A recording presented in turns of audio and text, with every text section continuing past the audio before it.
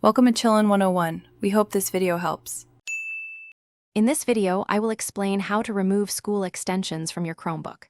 First, it's important to understand that many extensions on school-issued Chromebooks are installed and managed by the school's IT department. These are often in place for security, monitoring, or educational purposes.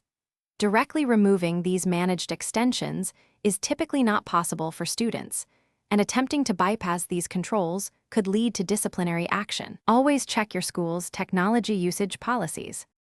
For extensions you've personally installed, the process is quite straightforward. Simply open your Chrome browser and type Chrome//extensions into the address bar, then press Enter. This will take you to the Extensions Management page. Scroll through the list to find the extension you want to remove.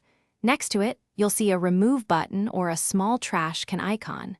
Click this, and then confirm your choice when the prompt appears. This action will permanently uninstall the extension.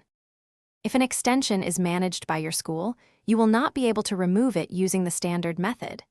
Even performing a power wash, which resets your Chromebook to its original state, will not permanently remove these extensions. Once you log back in with your school account, the managed extensions will automatically resync and reinstall. Your best course of action is to contact your school's IT support.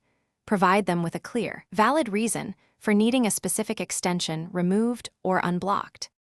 In summary, while you can easily remove extensions you've installed, school-managed extensions are a different story. They are part of the school's controlled environment for good reason. Always prioritize understanding and following your school's guidelines.